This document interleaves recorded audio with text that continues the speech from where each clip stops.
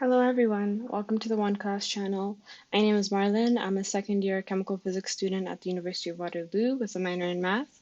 Today I'm going to be going through some high school and college level calculus problems. Be sure to check out the links in the description if you're in need of any extra homework help or like some one-on-one tutoring.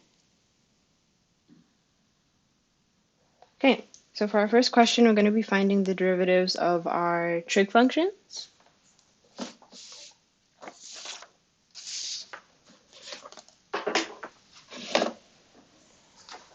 Okay, so for the first commonly known ones, we're going to find that the derivative of cos x is going to give us negative sine x. The derivative of sine x is going to give us cos x. The derivative of 1 over cos x we are going to find using the quotient rule. And that just states that the derivative of f of x over g of x is equal to the derivative of f of x multiplied by g of x minus the derivative of g of x multiplied by f of x, all over g of x squared. And so for our question, we have f of x is equal to 1, so its derivative is equal to 0, and g of x is equal to cos x, so its derivative is equal to negative sine x, as we found above. We're just going to plug this all back into here, and we will get that this derivative is equal to 0 by cos x minus negative sine x by 1 all over cos squared x. So we can go ahead and erase everything down here, and then we can simplify this. So this becomes sine x over cos x by 1 over cos x, and this will just give us tan x by secant x. And so that means that we can just state up here that the derivative of secant x is equal to tan x by secant x. Next up, we look for cosecant. So the derivative of cosecant x, which is going to be 1 over sine x. We're just going to use the same thing, where we have f of x is equal to 1, so its derivative is 0 by sine of x, minus 1 by the derivative of sine x, we found it to be cos x. This is all over sine squared x. When we simplify this, this will become negative cos x over sine x by 1 over sine x.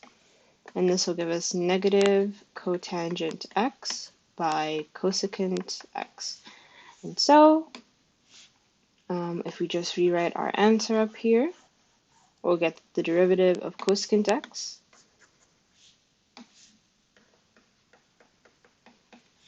is equal to the negative cotangent of x by cosecant x. Next up, we look for the derivative of cotangent x. We know that that is 1 over tan x,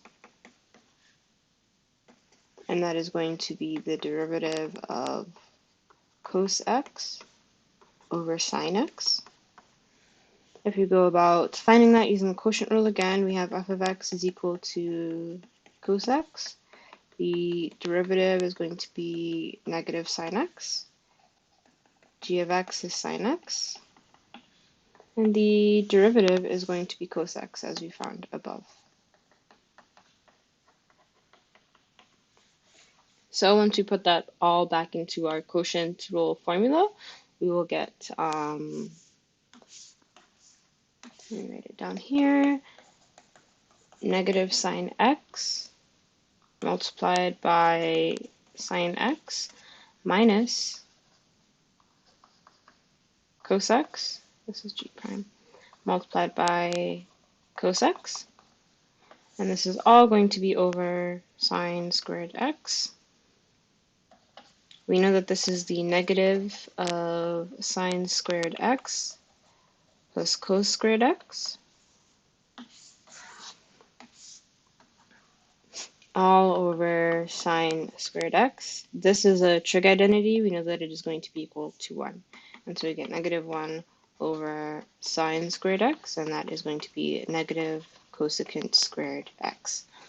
And so if we come back here, we can just state that the derivative of cotangent x is going to be equal to negative cosecant squared x. And lastly, we're going to find the derivative of tan x in a similar fashion.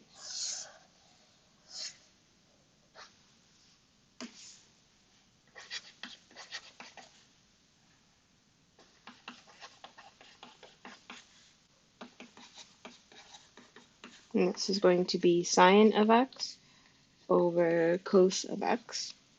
So again, in this case, f of x is equal to sine x. The derivative of that, as written above, is going to give us cos x.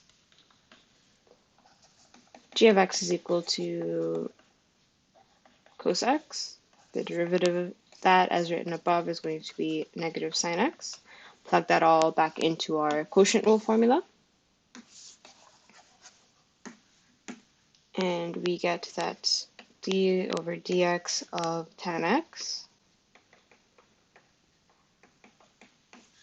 is going to be equal to cos x by cos x minus negative sine x by sine x all over cos squared x. This is going to become cos squared x plus sine squared x all over cos squared x. Again, this is the identity. We know that this is equal to 1. So this should just be 1 over cos squared x, and that will be secant squared x. And so we can just put that in back up here.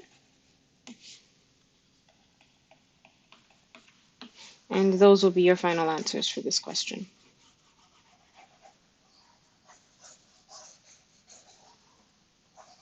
And so we have the derivative of cos x is negative sine x, the derivative of sine x is cos x, the derivative of cosecant x is negative cotangent x cosecant x, the derivative of cotangent x is negative cosecant squared x, the derivative of tan x is secant squared x, and the derivative of secant x is tan x by secant x.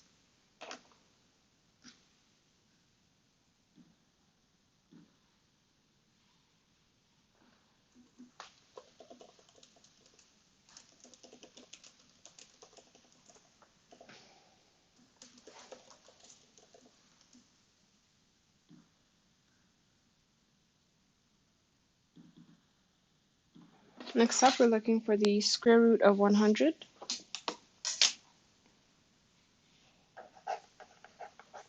So we're going to just be using the simple property that the square root of a times b is equal to the square root of a multiplied by the square root of b. So you can choose to separate this into two factors. You can choose that the square root of 100 is equal to the square root of 25 multiplied by the square root of 4 if you choose those as your two factors. These are both perfect squares, and you'll get 5 by 2, which is 10. Alternatively, you can choose the two factors of 10 by 10. And the square root of a by the square root of a is simply a. So that is going to give us 10. And so that's going to be it for this question. Sorry, this is plus or minus 10 for both of these.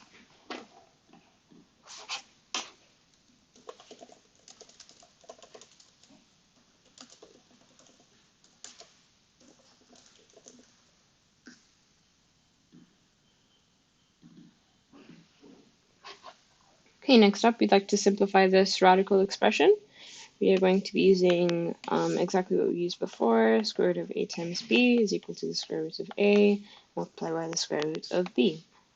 And so we are going to rewrite the square root of 15 over 5 by the square root of 20 as the square root of 5 multiplied by the square root of 3 over 5 multiplied by the square root of 4 multiplied by the square root of 5. Yeah. And so I just split the 20 into these two factors and the 15 into these two factors. And then this enables me to cancel the square roots of 5. This will leave me with square root of 3 over 5 multiplied by the square root of 4. We can simplify this further because 4 is a perfect square. So this will simply become square root 3 over 5 by 2, positive or negative. And this will leave us with the positive or negative square root 3, which we can just write as square root 3 over 10. And that's going to be your final answer for this one.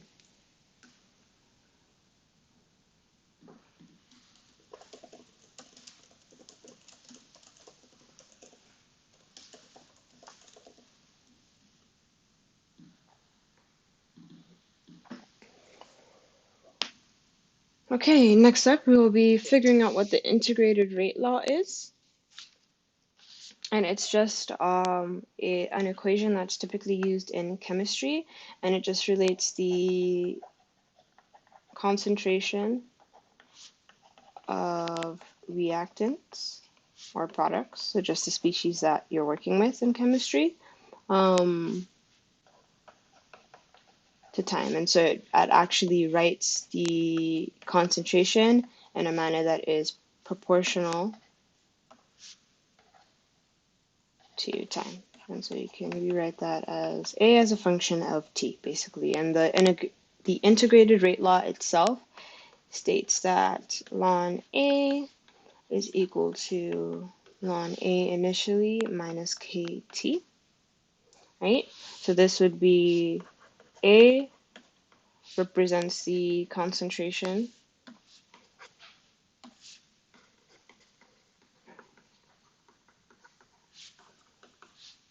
at whatever time, because it doesn't have a subscript. And A with the subscript of O is the concentration initially. So at T is equal to 0.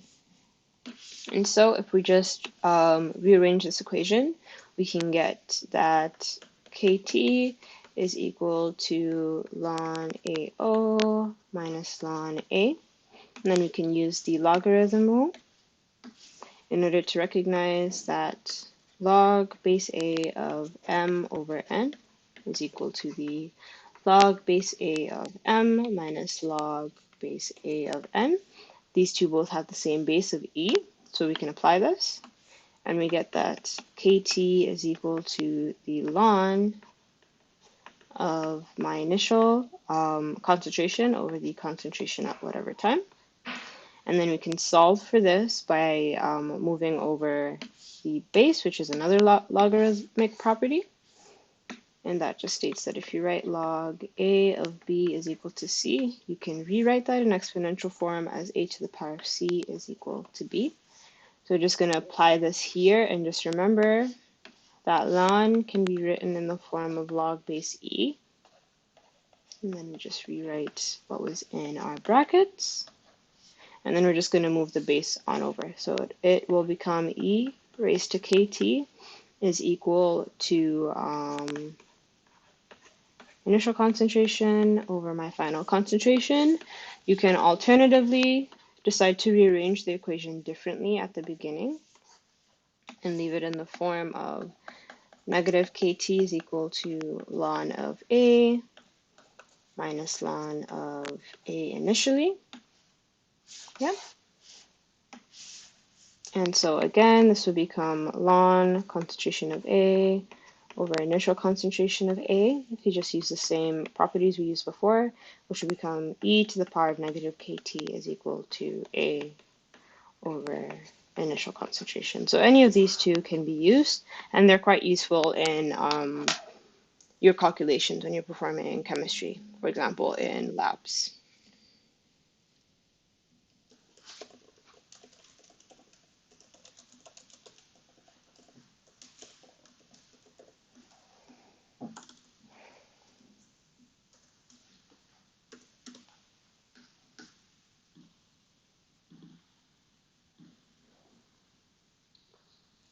Okay, next up we want to look at which of the following will have the same value as cos of 30. We're going to just transform everything into radians. We know that 30 degrees is equal to 180 over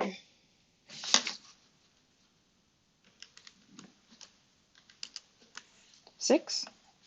And so we know that 180 is equal to pi, so it's pi over 6. 60 degrees is 180 over 3, so this is pi over 3. 150 degrees is 180 over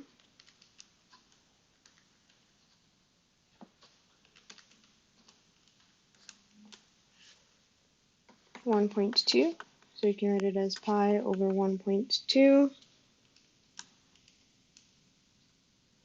and this can be rewritten as 5 pi over 6. Now, the first method that you can use to answer this question is to just be aware of your general negative cosine, negative sine identities. And so, namely, we know that cos of pi minus theta is equal to the negative cos theta, and sine of pi minus theta is equal to sine theta. And so if we have sine of negative pi over 6, this can be rewritten as additionally, we have that sine of negative theta is equal to the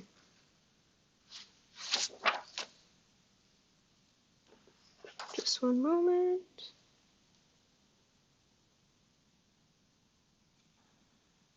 Yeah, we're going to be using this rule.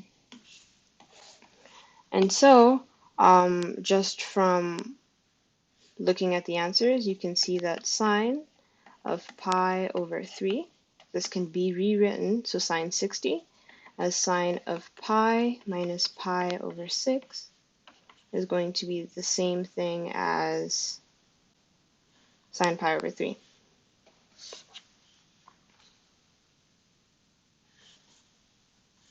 One second. Yeah. My apologies. Sine of pi over 6 can be rewritten as sine of pi minus pi over 3. And according to what we have here, this will be equal to sine pi over 3. And now if we just look at our special triangles,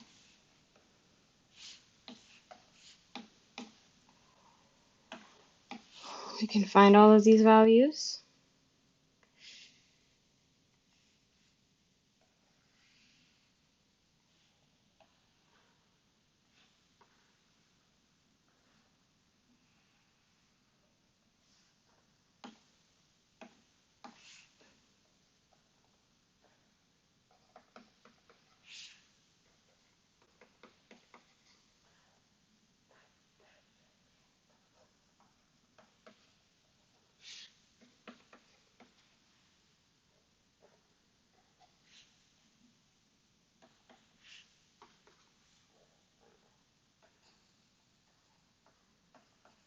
Okay, and so just using SOHCAHTOA,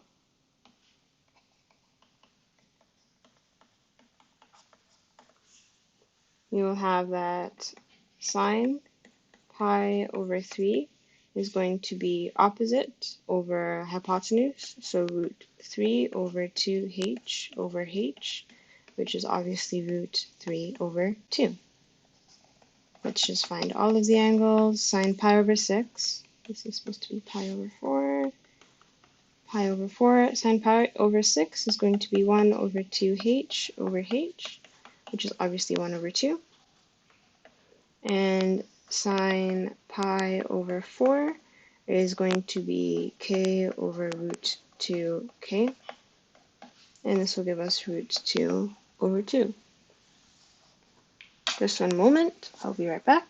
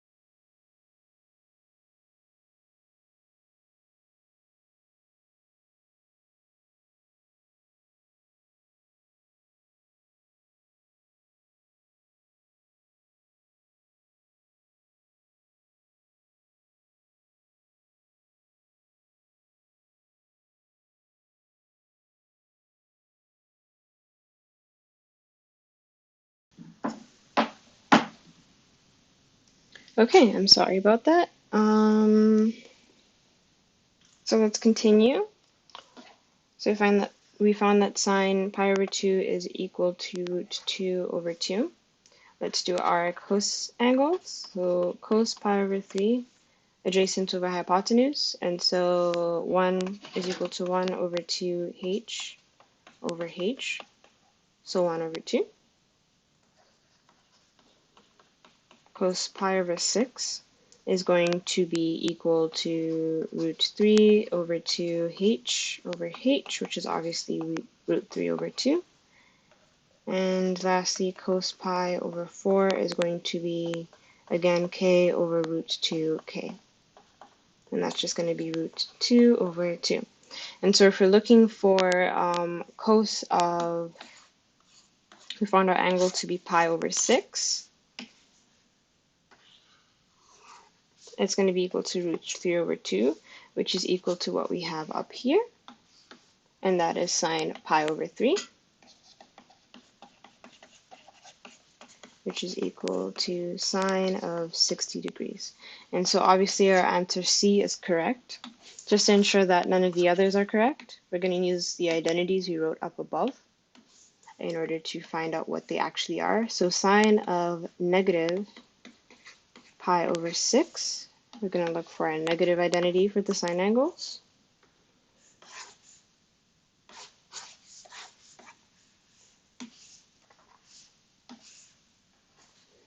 And the identity just states that sine of a negative angle is equal to the negative sine of that same angle.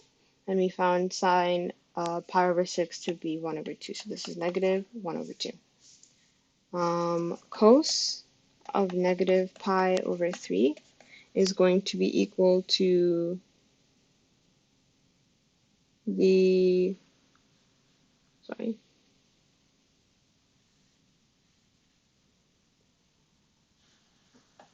just one moment. Oh.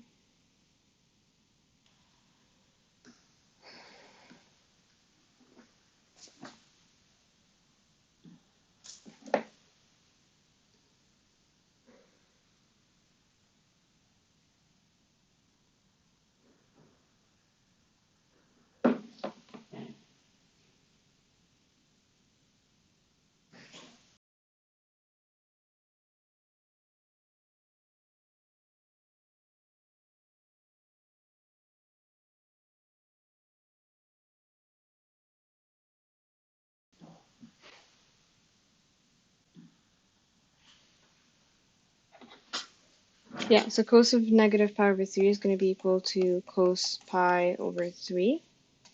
And that is going to be cos 60 degrees. We found that cos pi over 3 is going to give us 1 over 2. So this is just 1 over 2. That's going to be B. Our C, we already know what it's equal to. Lastly, cos 5 pi over 6 is going to be equal to the cos of pi minus pi over 6. And that is going to be cos of pi over 6. And so we have found that that is going to be equal to root 3 over 2. And so we find that C is correct, and so is D. And that is going to be it for this question. Sorry, it's going to be equal to the negative cos pi over 6, which is negative root 3 over 2. So it's only going to be C. That's a valid answer. My apologies over that.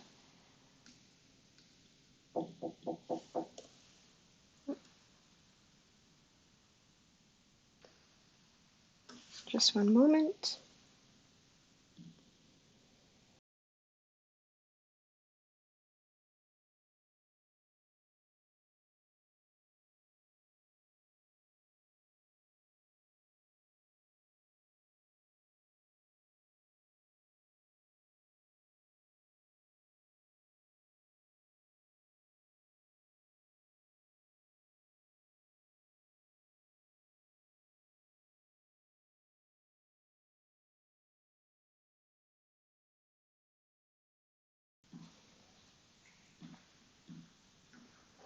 Okay, so that's it for this question.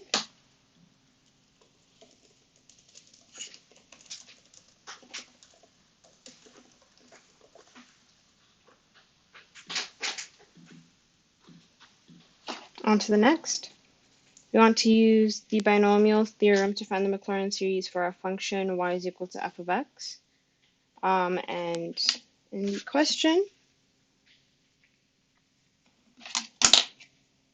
we are given that f of x is equal to 1 over root 1 plus x. So I want to use binomial theorem to find the Maclaurin series for this. And we know that the binomial theorem states that 1 plus x to the power of a is going to be equal to the summation from n is equal to 0 to infinity of that power, choose n, x to the power of n. Please note that a choose n stands for a factorial over n factorial a minus n factorial. And so in our question, we have f of x is equal to 1 over root 1 plus x. We can rewrite this as root 1 plus x to the power of negative 1, and then we can pull out this square root to become 1 plus x to the power of negative 1 over 2. And so now we have it in this form, and we have that a is equal to negative 1 over 2. So if you rewrite that, we will get 1 plus x to the power of negative 1 over 2 is equal to the summation from n is equal to 0 to infinity of negative 1 over 2, choose n, of x to the power of n. And this is going to be the Maclaurin series for our function.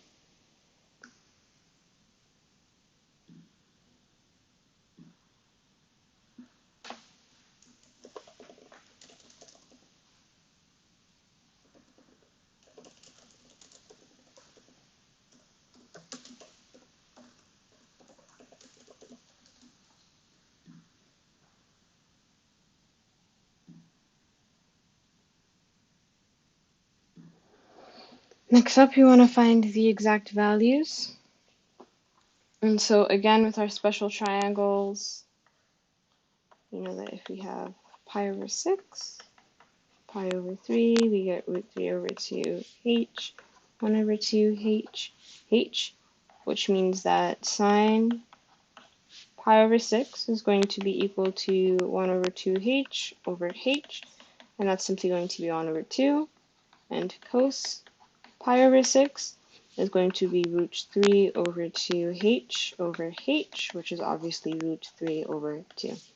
And so if we want to find the exact value of our expression here, which is sine pi over 6 multiplied by cos pi over 6 plus cos pi over 6 multiplied by sine pi over 6, we will get 1 over 2 multiplied by root 3 over 2 plus root 3 over 2 multiplied by 1 over 2. This is going to become root 3 over 4 plus root 3 over 4. And that is simply 2 by root 3 over 4. These two can cancel to become root 3 over 2. And so we can rewrite this as sine pi over 6 cos pi over 6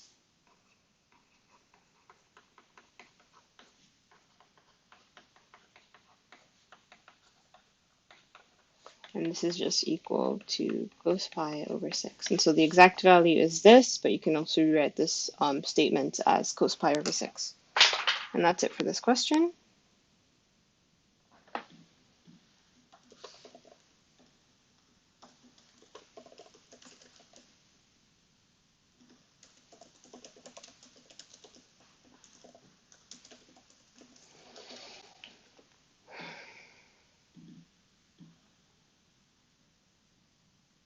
Next up, we want to figure out how to convert between polar and rectangular coordinates. So we need to know what each of those are.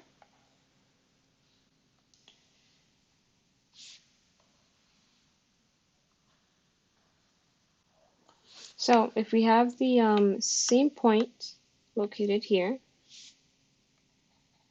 on both graphs. In rectangular coordinates, we'd identify that point by going along the x to a certain position that we will call x, and then going up along our y-axis until we meet that point. And so we'd denote that the position of that point is at x, y.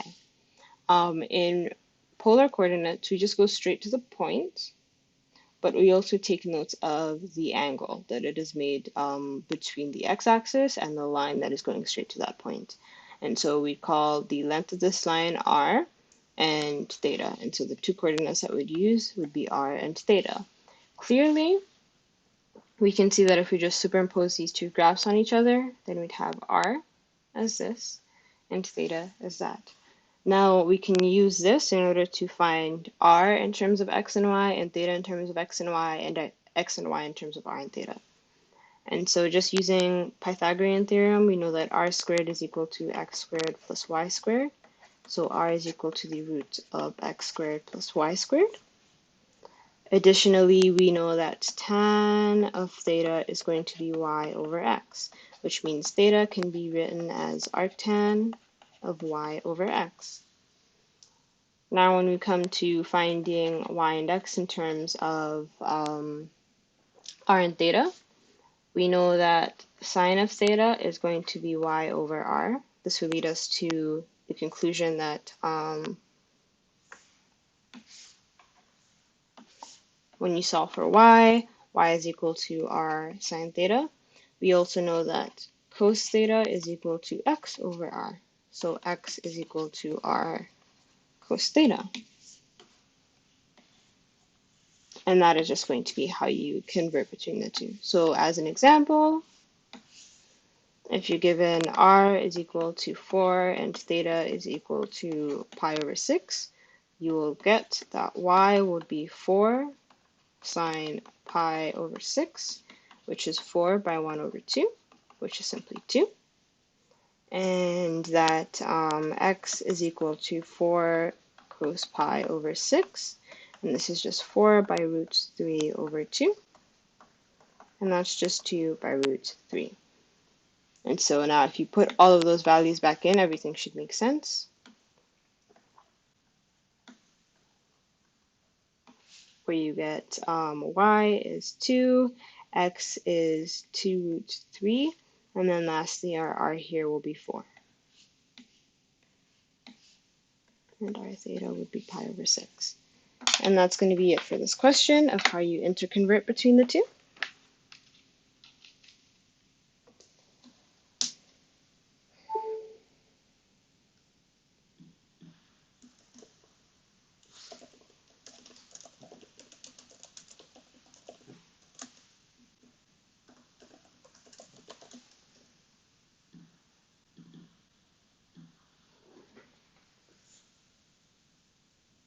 Okay, now we want to figure out how to graph polar coordinates. So let's say you're given r and theta. How do I go about finding that point? So as I stated before, if I have my graph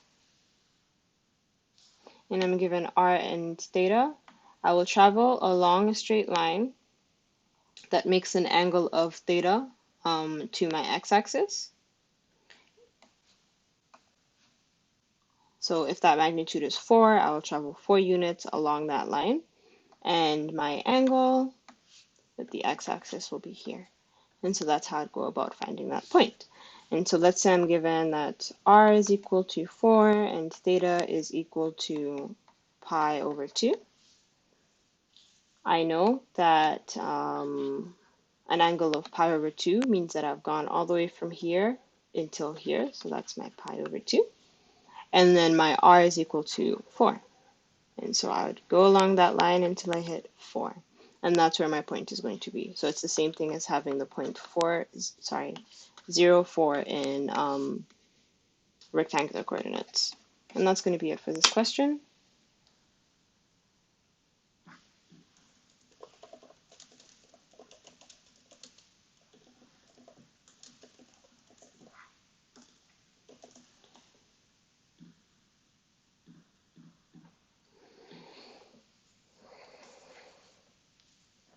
Next up, we're going to be converting a polar equation to rectangular form, and then we would like to sketch its graph.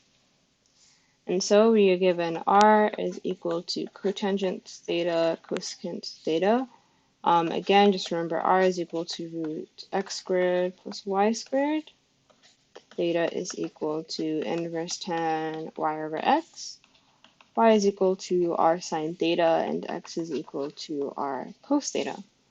Okay, so next up I'm just going to rewrite this cosecant as 1 over sine theta. So I get r is equal to cotangent theta 1 over sine theta. And then I'm just going to move this over. So I get r sine theta is equal to cotangent theta. I already know that r sine theta is equal to y. And so that means cotangent theta is equal to y. Now, I still have theta in my equation and no x, so I need to figure out what to do with that. I know that the cotangent of theta is equal to cos theta over sine theta. So I'm going to use what I know up here and write down that cos theta is equal to x over r, and sine theta is equal to y over r. And then I'm going to put these two in the place of cotangent theta. And so I get that cotangent theta is equal to y, which is equal to cos theta over sine theta, and that is x over r over y over r. This will become x over r multiplied by r over y. These two r's will cancel, and we'll get x over y. And so what that means is down here I have y is equal to x over y. I simply want all the y's on one side, so this will become y squared is equal to x. So y is equal to the square root of x. And that's it for this question. And so if you go to Desmos and simply plot it, we know that this is what the graph will look like. You can easily identify that if you note that you have x is equal to y squared, and we already know that y is equal to x squared looks like this. And so with y squared is equal to x, we're simply going to reflect that in the line y is equal to x. And rather than having that line there, it will become here. And that's going to be it for this question.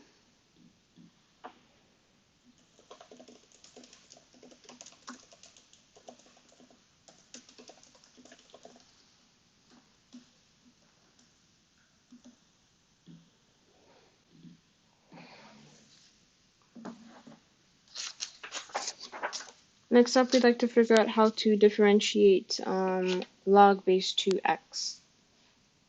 So there's two ways that you can do this. You can use the shortcut, or you can figure it out. And so we need to note that log to any base of x can be rewritten as log to a different base of x over that same log to that same base of a instead. And so that means that we can rewrite log 2 of x as we choose our base to be e. So log base ex over log base e2. And this will become ln x over ln 2. And so that means that the derivative of log base 2x is going to be equal to the derivative of ln x over ln 2. And so I did all of this to get that log base 2x into a form that I'm familiar with differentiating, which is that ln x. And so this is a constant, and so I'm just going to use the property that the derivative of a constant by some function of x is equal to that same constant multiplied by the derivative of that function of x. And so that means that I can pull out that ln 2, and you will get 1 over ln 2 d over dx of ln x. This is a well-known derivative, and we know it as 1 over x. And so that means that the derivative of log base 2x is going to be 1 over ln 2 by 1 over x, and that can just be written as 1 over x ln 2. Now, using this fact and the fact that it will work with any base, because this formula applies to any base, we can generate a formula that can be used in school. That way you can quickly think of the answer without having to go through all of that. And that rule just states that the derivative of log to the base of a multiplied by x is equal to 1 over x ln a. And this is the general formula. So that means that if we apply that to our question, we have that the derivative of log base 2 is equal to 1 over x ln 2. And that's going to be it for this one.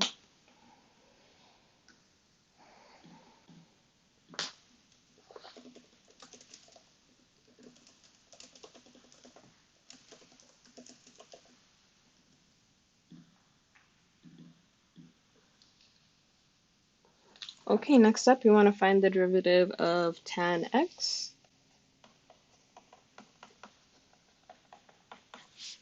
So we just need to note that this is equal to sine of x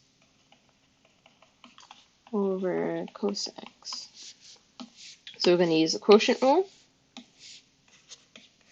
and that just states the derivative of f of x over g of x is going to be equal to f prime x g of x minus g prime x f of x all over g of x squared. And so if we have f of x is equal to sine x, that means its derivative is equal to cos x. G of x is equal to cos x, so its derivative is equal to negative sine x. Put that all back into the formula, and we get that the derivative of tan x is going to be equal to cos x by cos x minus negative sine x by sine x. And this is all going to be over cos squared x. This can be rewritten as cos squared x plus sine squared x all over cos squared x.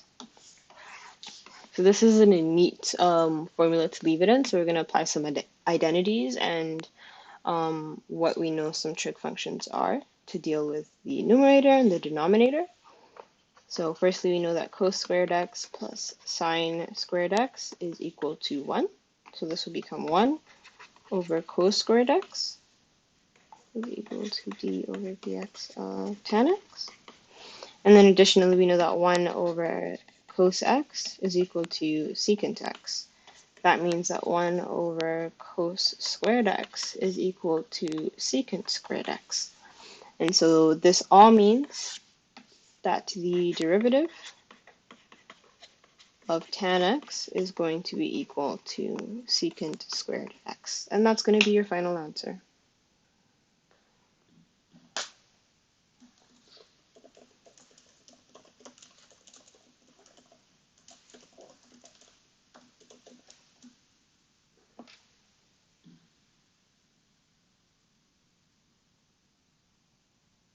Next up, we want to find the Maclaurin series for each of the functions for the function listed below.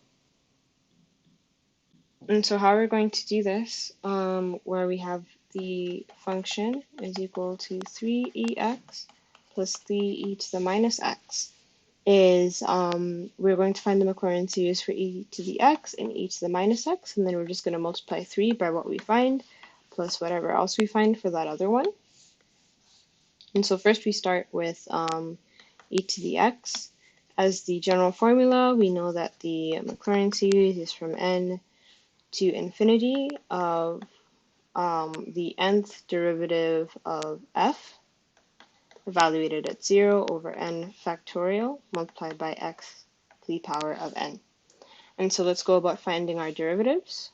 We know that the 0th derivative is going to be e to the x. The first derivative is going to be e to the x. The second derivative is going to be e to the x. The third, all the way to infinity. Because e to the x is a special function where it rate of change is equal to itself. And so this will mean that all of these evaluated at 0 will always give me 1 because e to the power of 0 is 1. And so when I plug that in, if my function should have looked like this when I start adding it up.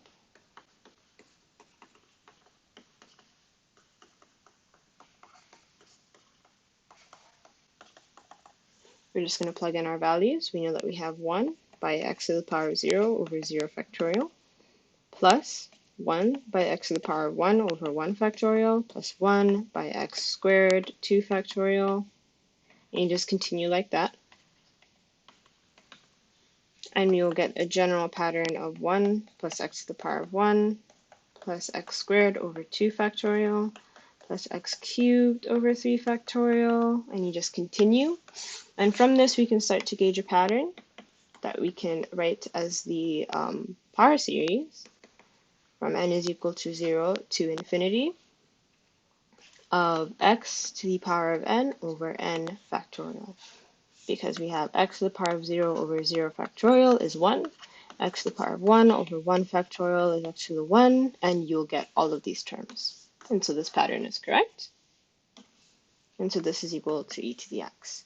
For e to the minus x, we're just going to put minus x and our x value here.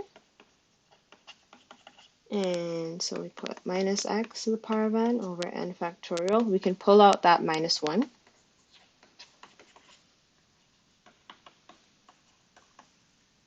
By x to the power of n over n factorial. And that's going to be for e to the minus x. And so if we have the function is equal to 3 e to the power of x plus e to the minus x, this will be 3 by this.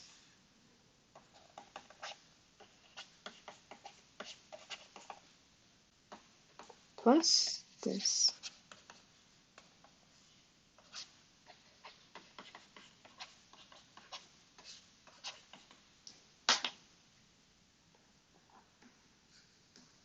And that's going to be it for this question.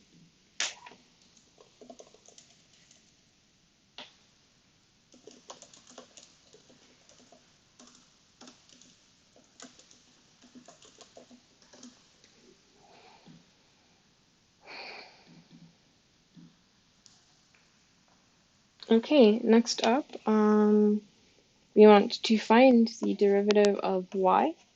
In the case y is equal to ln sine x.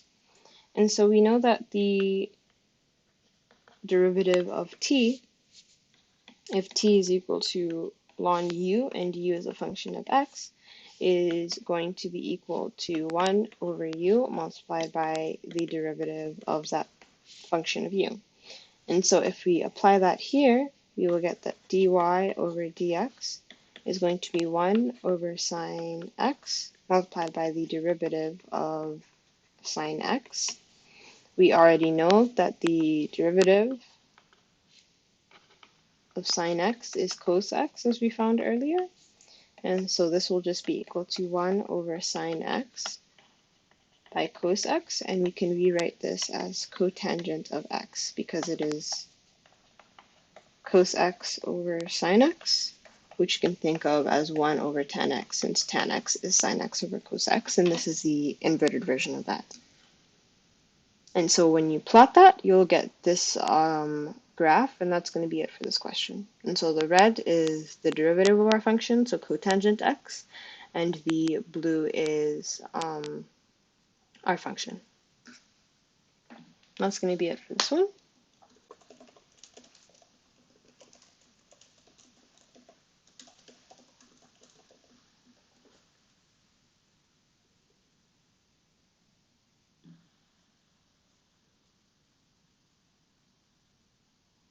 Okay, and then lastly, we want to use the chain rule to find the indicated partial derivatives.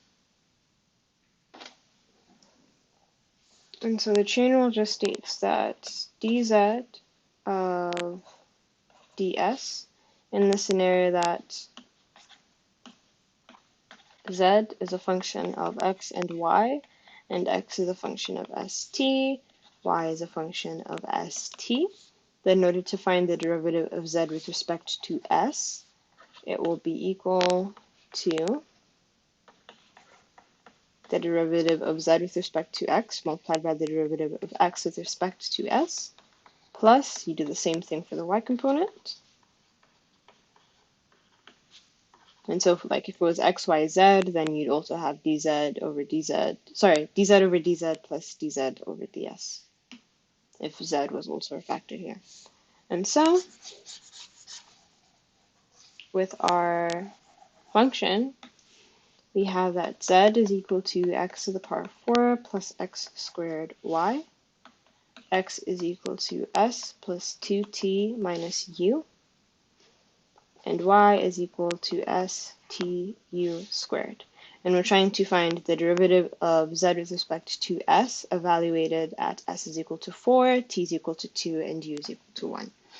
So first off, let's start off by finding what our x value is going to be at this point, and that is going to be 4 plus 2 by 2 minus 1. That's going to give us 7. So x is going to be 7 at this point. And for y, it's going to be 4 by 2 by 1 squared. That's going to be 8. Next up, we want to find the derivative of z with respect to x first. And that's going to be 4x cubed plus 2xy.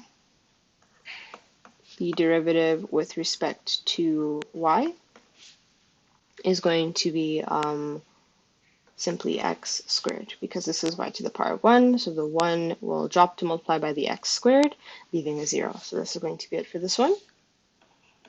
The derivative of, and so now we're going to want to evaluate this at various points. So dz over dx at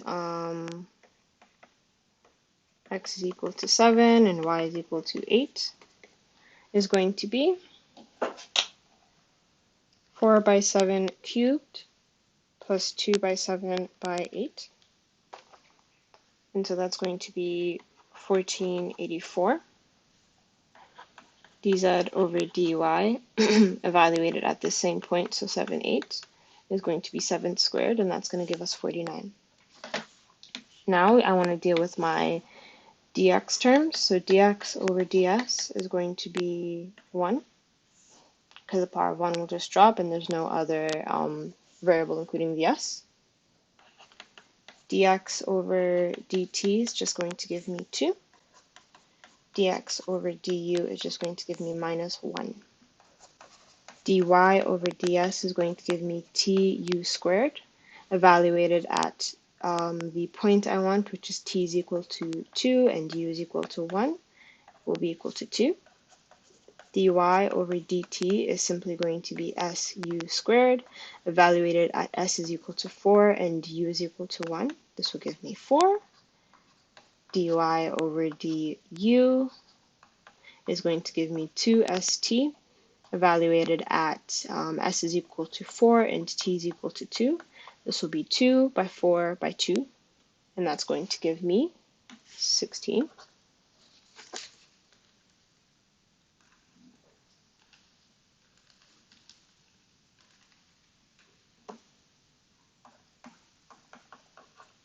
Okay, now I'm just going to write out the individual formulas for everything that we're looking for based off of the chain rule. And that just states that dz over ds is equal to dz over dx by dx over ds plus dz over dy by dy over ds. And so if you want to evaluate it at the points given, we're just going to evaluate all of these at the points given. And so dz over dx at the points that they want, we found it earlier, is going to be 1484. So 1484 multiplied by dx over ds evaluated at that point, so that's going to be 1, plus dz over dy evaluated at that point, we also found that to be 49, multiplied by dy over ds evaluated at that point, and that's going to be 2. This is going to give us a final answer of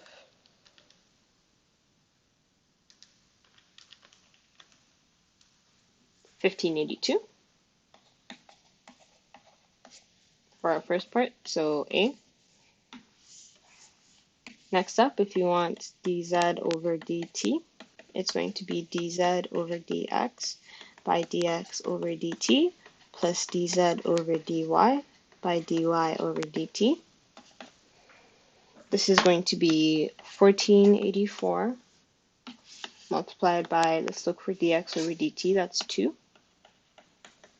plus dz over dy, which is 49, multiplied by dy over dt, and we found that to be 4.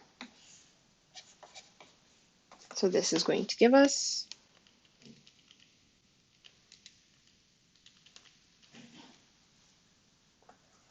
3,164. This is going to be B. And then let's look for lastly dz over du. And that will be dz over dx multiplied by dx over du plus dz over dy multiplied by dy over du. Evaluated at the requested point. We'll just evaluate all of these partial derivatives at that requested point. And so dz over dx at that point we found is 1484. Dx over du at that point we found is -1. Dz over dy at that point is still the same, 49. And dy over du at that point is 16. And so putting that all together, we will get an answer of -700. And this will be the answer to the third part. And that's going to be it for this question.